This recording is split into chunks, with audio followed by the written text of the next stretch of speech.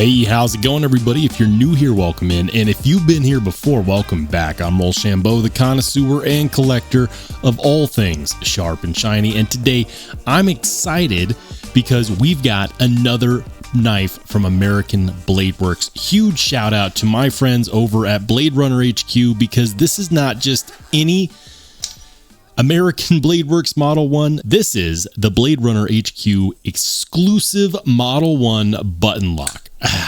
Yeah, that's good. Man, that's really good. I gotta say, I'm a huge fan of what American Blade Works is doing over there at their shop.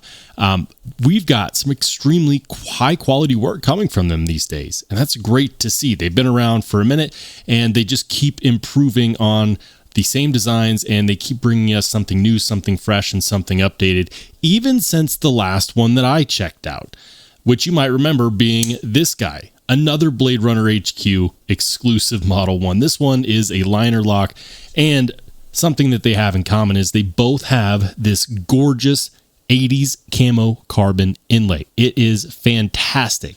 However, there are some marked differences between these two, and today we're going to talk about them. Does making it a button lock make it in fact better, or should they have stuck to liner locks and left the plunge lock game alone entirely? That is a question that some of you might be asking ever since you saw the new Model 1 release, because it's not just the Blade Runner HQ exclusives that come in this camo carbon fiber. You can now get this in a camo carbon fiber directly from them. However, the 80s style is exclusive to Blade Runner HQ. And so if you want one of these, make sure you follow Blade Runner HQ. And if you want to make sure to stay in touch with all of those releases, I'll be releasing that information on my community tab on my Instagram. So also you can follow me and I will let you know when they release. This was sent to me by Blade Runner HQ. Again, shout out to them for making that happen, because this was released at their 1-year anniversary party, the Snuggles birthday party. Congratulations to them. A year in business, and what a year it has been. So they sent this to me and then they promptly sold out, which is a bit of a bummer. I know they released this specifically for that anniversary. However, they've assured me that they're going to have these back in stock relatively soon, within the coming months. That's exciting. So the only question left is, should you put away a couple $100 for it? Well, let's talk about what you get. Let's talk about what it costs and what the differences are between this and the last one I checked out, which is the liner lock. First of all, we have a overall length coming in just shy of 8 inches overall. This specific version has the drop point blade. The blade itself is about 3¼ inches long, and that's made of CPM MagnaCut that's been heat treated to 63 to 65 HRC. So most of them are going to be around 64. It's a cryo treat, which is perfect for these, especially on a folding knife, because that means that you're going to be getting the best wear resistance out of this steel that you possibly can without sacrificing a whole lot of toughness. That is generally a big trade-off that most people have to make when they go for high wear resistant steel, but not with MagnaCut. MagnaCut retains a ton of toughness, even at higher Rockwell hardness. The handle scales are about 4.6 inches long, and these are made of titanium.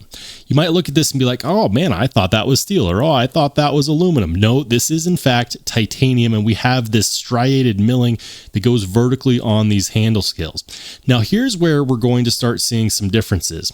On my first Model 1, those striations were kind of deep on the camo carbon. You can still feel it a little bit, but these have actually been smoothed out quite a lot, and I like that. I like that the camo carbon is over here doing its own thing. We have T7 body screws on both sides, T7 pocket clip screws, and then a T15 pivot. It's kind of odd choices for the size of body screws, but I'll say it once, I'll say it again. Thank goodness they're not T6. I'll live with T7. We'll call it a fudge. They get a pass for that. They also get a pass considering that they have a 3D milled titanium pocket clip, and while it's not glamorous, it gets the job done, and it also disappears in your hand when you go to hold it. Also, they have this beautiful geared 3D milled titanium backspacer, which does a great job both aesthetically and ergonomically. It makes sure that your hand doesn't fall in between these scales, and it's also going to make sure that when the knife is closed and in your pocket, there's less blade that's exposed to other things in your pocket, thus protecting it from other junk like change and keys and whatnot in your pocket. The pivot is single-sided, it is running on ceramic bearings, and of course, it is a plunge lock. Now, on the button lock side of things, there is a tiny bit of lock stick that you're going to experience. I'm okay with that. What that's the result of is it actually a very strong spring in that plunge lock, and that's going to make sure that it's going to pass little tests, you know, like, and I don't like doing that, guys. But these days, you never know, because a lot of button locks are made to be very smooth on operation, and then they fail with just the tiniest bit of impact because of the jolt causing the spring to compress. That can always be solved by making sure that you have adequate contact between the blade and the plunge, but also making sure that you have a stiff enough spring. And I gotta say, they absolutely freaking nailed it. The action on here is good. Unlike the other Model 1 that I have, this one has thumb studs. Now, thumb studs are really quite nice on this knife. In fact, when I was carrying this one, I just keep finding myself wishing that it had thumb studs. And so I might have to reach out to somebody to actually have those installed. Now, I do know that some people have a bit of an issue with the blade to handle ratio. I would say there's roughly a centimeter of extra space there that they could have filled in by just making the blade longer. I'm not mad at it. I don't know why people nitpick that. It's just not something that I care about, but a lot of other people do. I just don't care. Just know that if you care, yes, the blade on these will be a tiny bit shorter than the rest of the handle scales. In my opinion, not a huge deal. Reverse flick feels good. Regular thumb flick feels good. You can build up an adequate amount of pressure behind that thumb stud and really give yourself the leverage to make it pop out. And that's great. Also, you'll notice that there is, in fact, jimping on the spine of the blade, which is going to allow you to get a nice and confident grip right here behind the spine of the blade for some precision style cutting. How's the balance? Balance is really good. Balance point is right about there. And I've got to say, this one is quite a bit lighter than the other one as well, mainly because there is no liner. They have the opportunity to do some pocketed milling, and they take full advantage of that. That is some deep pocketed milling.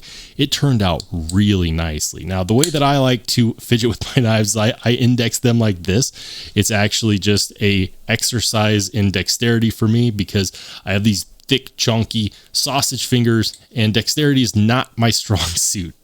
Not at all. So this is just something that I do not only to feel the balance of the blade, but also to get a good feel for the weight and the indexing. And it's just fun to do. So if you ever wonder why I do that because it's a dexterity exercise. I really enjoy this. And I have a saying. My saying is that when you have one deployment option only, that deployment option has to be the showstopper because that's going to be the way that people deploy it. And in this case, it's the thumb studs. I really like them. I love that you have to build up enough pressure to get it to fly out, and then it comes out with authority. Now, unlike with my other Model 1, what you'll notice is that you have a nice drop shut action. That's great. You don't necessarily get that on the liner lock version. For example, you go to do that and it doesn't drop shut. You have to give it a little bit of encouragement.